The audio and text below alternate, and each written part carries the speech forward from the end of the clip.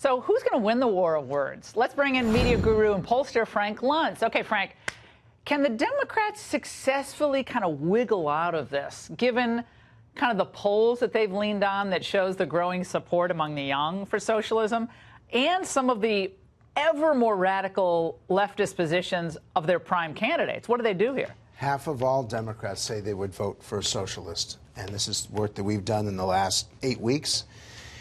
What you have right now is a battle, but it should not be a battle between socialism and capitalism. It should be a battle between socialism and economic freedom. And that's what I hear the Republicans starting to say.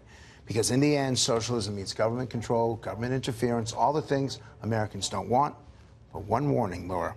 Young people are moving further and further to the left, and Republicans are going to need a message to attract them if they are to be successful. All right, well, let's get to a word that we've been hearing a lot of lately. Watch. It's about your dignity, the values and human dignity. A sense of dignity. Good for you. Dignity. Good for you. And we did not talk about this before. Dignity. And that's just a couple of times. There are about 10 times they mentioned that in the last And they're all doing debates. it now. So clearly someone's advising more than one candidate at the same time. But you know why? Because what they're trying to say is respect. If government doesn't respect you, then the only way that they can get around that is by using the word dignity, raising human dignity. It's a word that goes back to the 1960s. It was first used for European socialism. I do think it's going to play well here.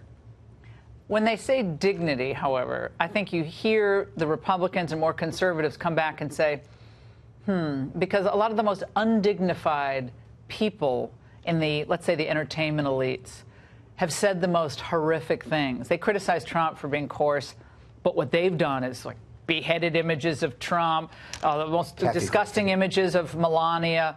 And Trump hasn't even gone there yet. I mean, he hasn't gone to, oh, really? Dignity? Is this dignified? Or infanticide? Is that dignified? But they're using dignity as a way to support their government intervention. To them, dignity is welfare. Dignity is food stamps. Dignity is more government providing more services to people. That's how they define it. And Republicans say, for us, dignity is the right to determine your own destiny without government interference. Dignity is freedom, the ability to make your own decisions yourselves. Now, Frank, I want you to listen to another phrase I think the Dems are hanging on. Watch.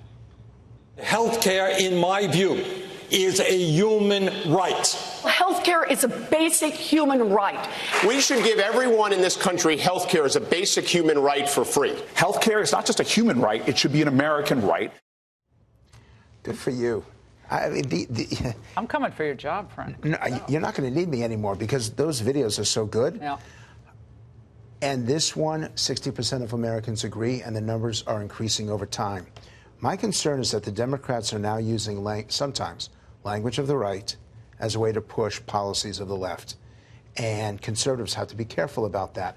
You use softer, gentler, kinder words to push things that are about either government control or government giveaways. And the conservatives need to have a message. They need to have an answer to that.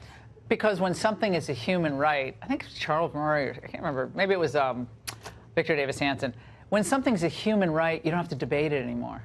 So if it's a human right, there's no debate. You have to give it to them. And you must be cruel or inhuman. Yeah, you're horrible if you don't think that everyone deserves a certain level of health care, a certain level of income, correct? And you just used the phrase, everyone deserves. And I've been criticized about this because I know that conservatives believe that things aren't a right. Life, liberty, the pursuit of happiness. Those are God-given rights, but these other things are not. So I came up with the language you deserve, and I had people on the right saying, Frank, don't do this. It's not right. Oh, interesting. Okay, finally, here's the message I think that Trump and his supporters and some of his surrogates will be pumping out.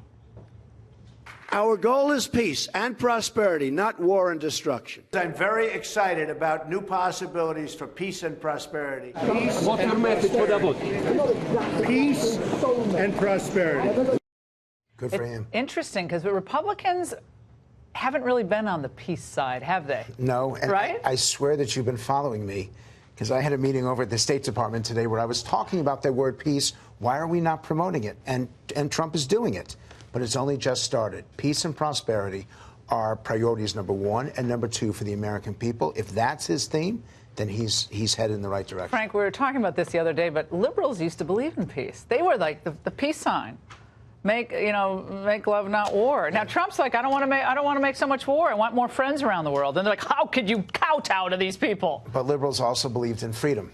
If you go back to the Crosby, Stills, and Nash songs, freedom is always on the left. Right. And now freedom is on the right. And control. So control versus freedom, liberty, responsibility. We're going to be unpacking this throughout the whole election cycle. It's going to be fun. Let's remember, economic freedom, not capitalism. That's key for those on the right. Fantastic. Frank, thanks so much.